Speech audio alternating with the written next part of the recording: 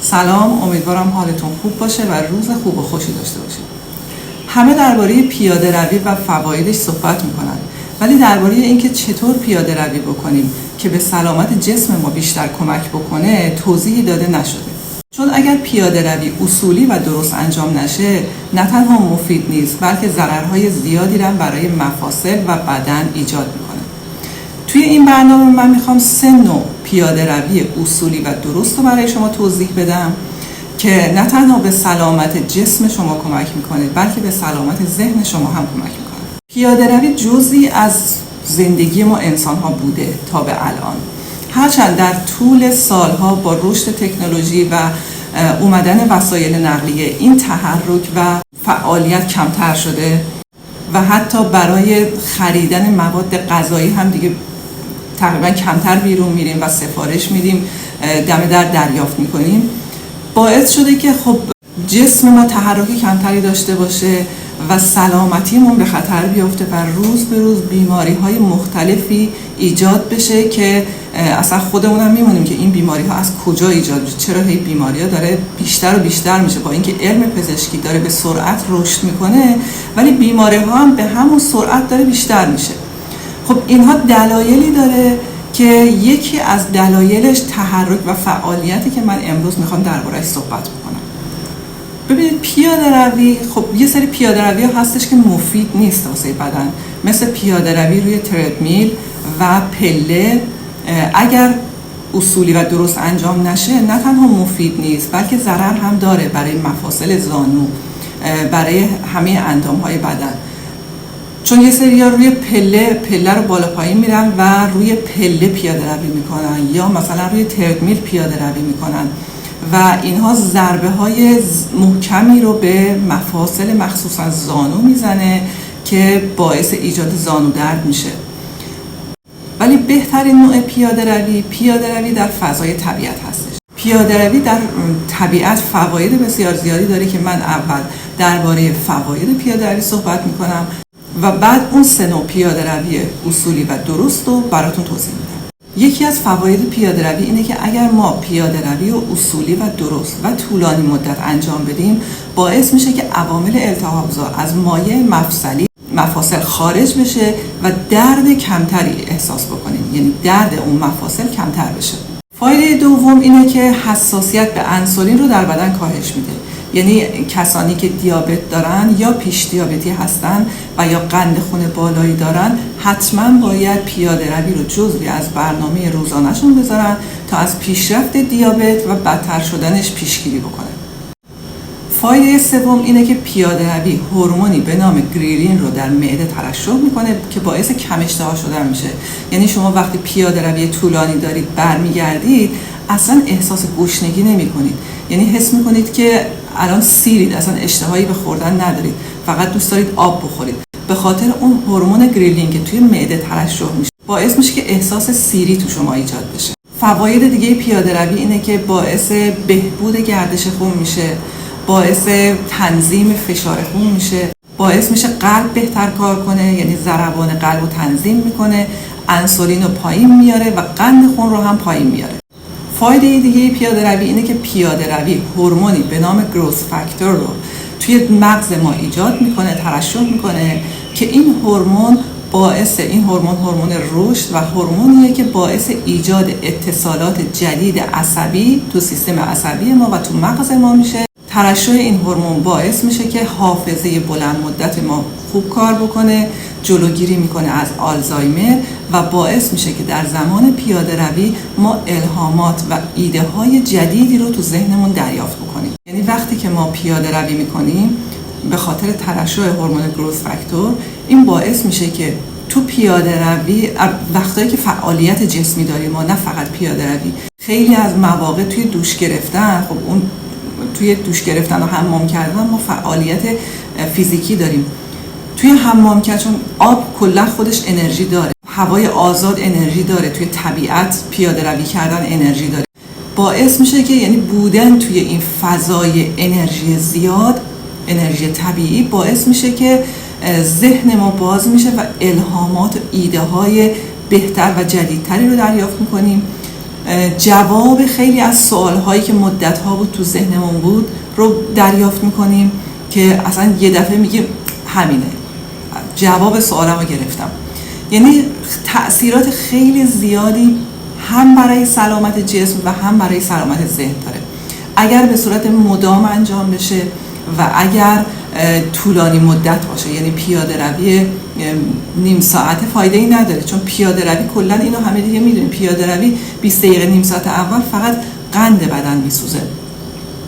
بعد از 20 دقیقه نیم ساعته که شروع میشه به چربی سوزی. یه چیزی که یادم اومد اینجا باید بگم اینه که پیاده روی قبل از غذا و بعد از غذا تفاوت‌هایی رو با هم داره، ولی هر دو مفیده. اگر پیاده روی قبل از غذا با شکم خالی انجام بدید، باعث کالری سوزی بیشتر و چربی سوزی بیشتر میشه و باعث کاهش وزن میشه. ولی پیاده روی بعد از غذا با شکم پر باعث میشه که قند خونتون بیاد پایین. یعنی اون غذایی که خوردید که با خوردن اون باعث شده که قند خونتون بالا بره، خون با پیاده روی بعد از غذا پایین میاد. یعنی هر دوتای این پیاده روی‌ها مفید. 3 نوع پیاده روی اصولی و درست هست که من براتون توضیح میدم که هم باعث سلامت جسم میشه هم باعث سلامت ذهن میشه. حالا چرا من میگم باعث سلامت ذهن میشه؟ مگه پیاده روی میتونه به سلامت ذهن کمک کنه؟ بله.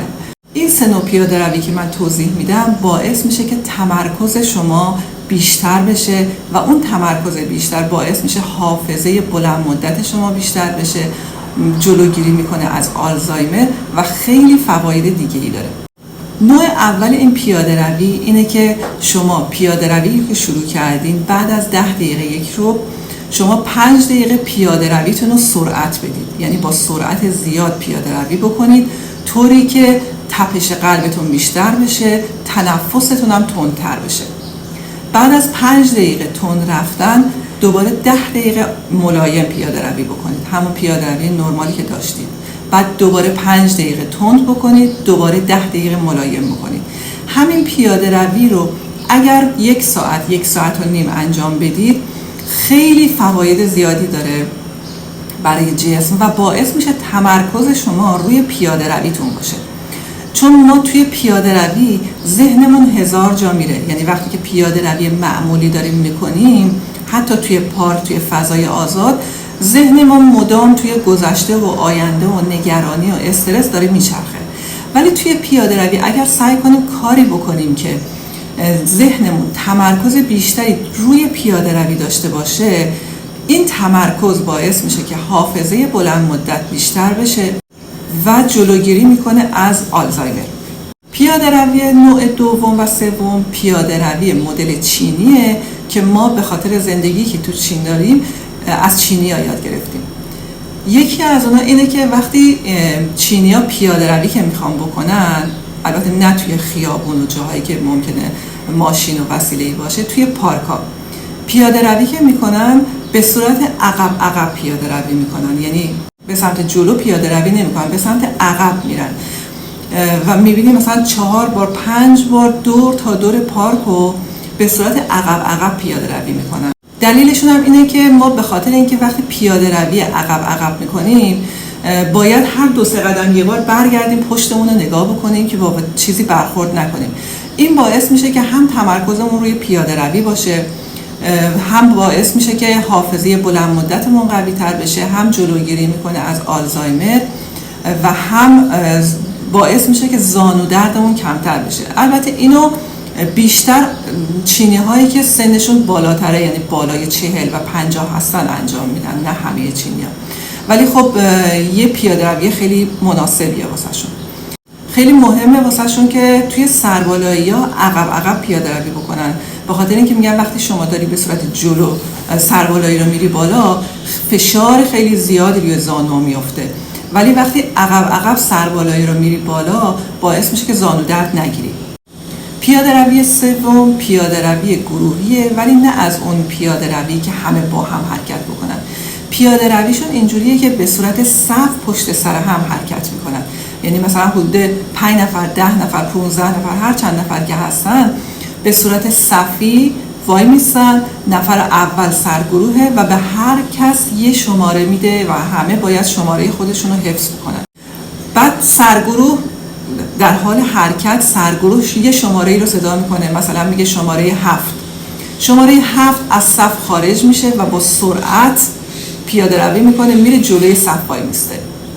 بعد سرگروه یه شماره دیگه رو صدا میکنه، مثلا میگه شماره 6. شماره 6 دوباره از صف خارج میشه، با سرعت حرکت میکنه، میره و جلوی صف وای میسته و همینجور سرگروه شماره ها رو یکی یکی اعلام میکنه و باعث میشه که اینها از صف خارج بشن، با سرعت برن جلوی صف وایستن و همینجور نه تنها یه حالت فان داره این پیاده روی واسه شون، بلکه باعث همون که گفتم باعث تمرکز ذهنشون هم میشه که ذهنشون به جاهای مختلف نره، تمرکزشون روی پیاده روی باشه.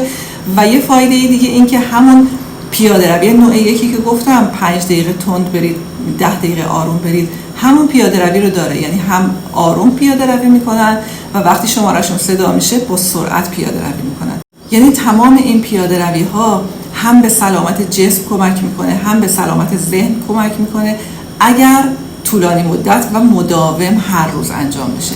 یکی از فایده های دیگه ای که پیاده روی داره اینه که اگر تنهایی پیاده روی میکنید، من خیلی وقتا این کارو میکنم، میتونید هدفون بذارید تو گوشتون، از موزیک های آرام بخش و ملایم استفاده کنید و به جای اینکه ذهنتون بره به سمت نگرانی و استرس و کار فردا و هفته دیگه و یا هزاران فکر دیگه که طبیعت ذهن ما انسان هاست، میتونید شروع کنید به سپاسگزاری کردن از داشته هاتون، از زیبایی های زندگیتون. و وقتی که این سپاسگزاری 2 دقیقه 3 دقیقه که ادامه میدید، اصلا حس میکنید که قلبتون داره باز میشه، اصلا انرژی زیادی از قلبتون داره میزنه بیرون و اصلا متوجه نمیشید که چقدر پیاده رویتون طول کشیده، چقدر پیاده روی کردید. وقتی برمیگردید خونه، نه تنها جسمتون انرژی خیلی زیادی داره، بلکه ذهنتون هم انرژی خیلی زیادی پیدا کرده که اصلا اون روز شما رو میسازه. یعنی یه انرژی فوق‌العاده‌ای تو شما ایجاد شده، هم از نظر ذهنی هم از نظر جسمی، که خیلی کمک میکنه به شما برای سلامتی جسمتون، برای ایده هایی که به دست بیارید، جواب سوالاتی که دارید رو دریافت بکنید و علاقه‌مندیتون به فعالیت و تحرک. امیدوارم که از این فایل استفاده مفیدی بکنیم، هممون پیاده رویمون رو هر روز انجام بدیم به صورت مداوم و طولانی مدت و هممون از سلامتی جسمی و ذهنی برخوردار بشیم. روز خوبی داشته باشین. خدا نگهدار.